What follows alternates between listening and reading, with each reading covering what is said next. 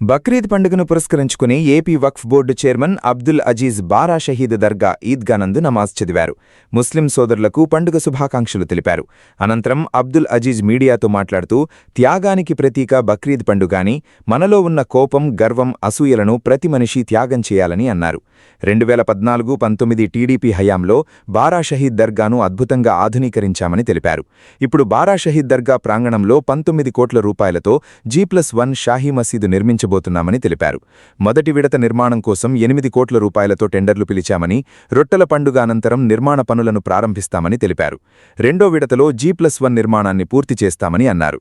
నిర్మాణానికి సహకరించిన ముఖ్యమంత్రి నారా చంద్రబాబు నాయుడు, మంత్రులు నారా లోకేష్, ఫరూక్, శాసనసభ్యులు కోటంరెడ్డి శ్రీధర్ రెడ్డిలకు ప్రత్యేక ధన్యవాదాలు తెలిపారు.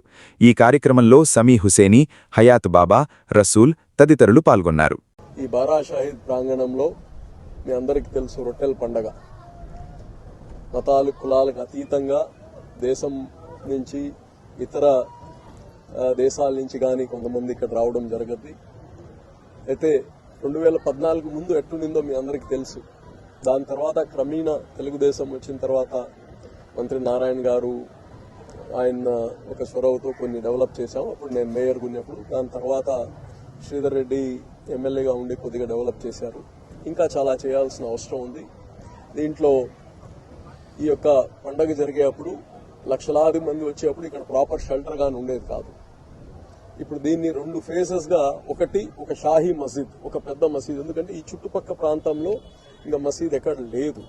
అందుకోసం ఇది కానీ ఒక దైవ పుణ్యక్షేత్రం కాబట్టి ఒక బ్యూటిఫుల్, ఎప్పుడు కానీ ఒక చూస్తే కానీ ఇది ఒక ఆర్కాలజీ మాన్యుమెంట్ లాగా తయారు చేయాలని ఒక ఆలోచనతో చంద్రబాబు గారితో మాట్లాడిన తర్వాత చంద్రబాబు గారు ఒక 5 కోట్లు శాంక్షన్ చేశారు.